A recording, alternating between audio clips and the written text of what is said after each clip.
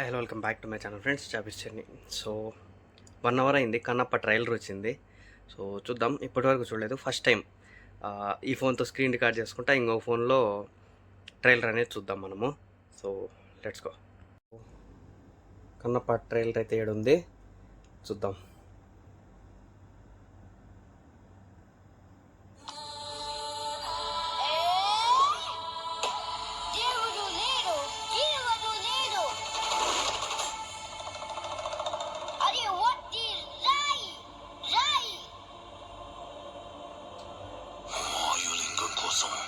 తిన్నడిని ఆడి గూడాన్ని అడవిని నాశనం చేసి వాయులింగాన్ని తెచ్చుకుంటా.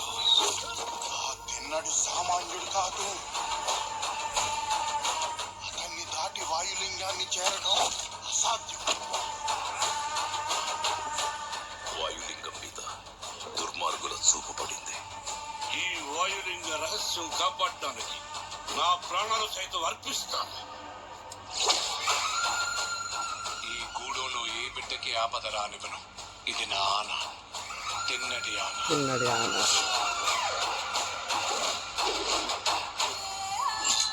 శివుణ్ణి రాయి అంటావా? రాయిని రాయనక ఏమంటారు నమలరాని? రొమాన్స్ కూడా. వినపడని వాడికి విన్నపాలెందుకు, వీళ్ళకి దండాలెందుకు? దేవతని ధిక్కరించే వాడికి, పెద్దల మాటకు విలువ ఇవ్వనోడికి ఈ గూడెంలో చోటు లేదు.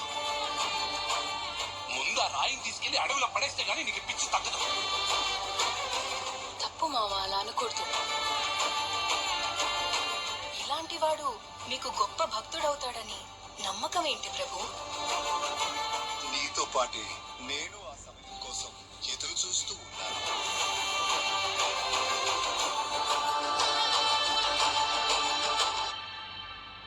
రుద్రా,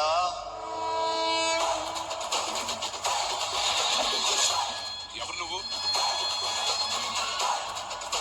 ఆ పెద్దోళ్ళందరికంటే నేనే పెద్దోళ్ళని. నన్ను మించిన శివభక్తుడా ఈ సృష్టిలో లేడు. ఏమో అనుకున్నాను, నువ్వు నీ దేవుడు తోడు దొంగలే.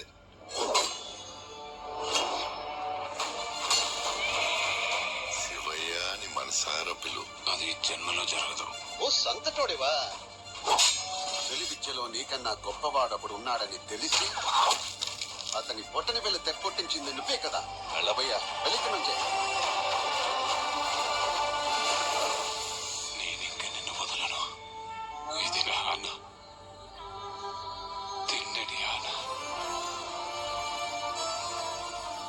శివలీల.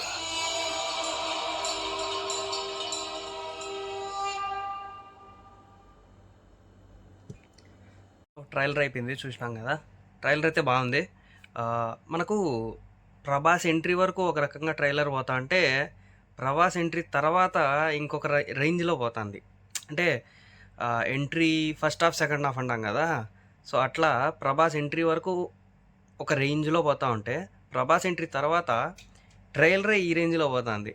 సో చెప్పలేం. విష్ణు చెప్పిన ఈ ఏమంటారు, ప్రభాస్ ఎంట్రీ తర్వాత సినిమా ఇంకోలా ఉంటుంది.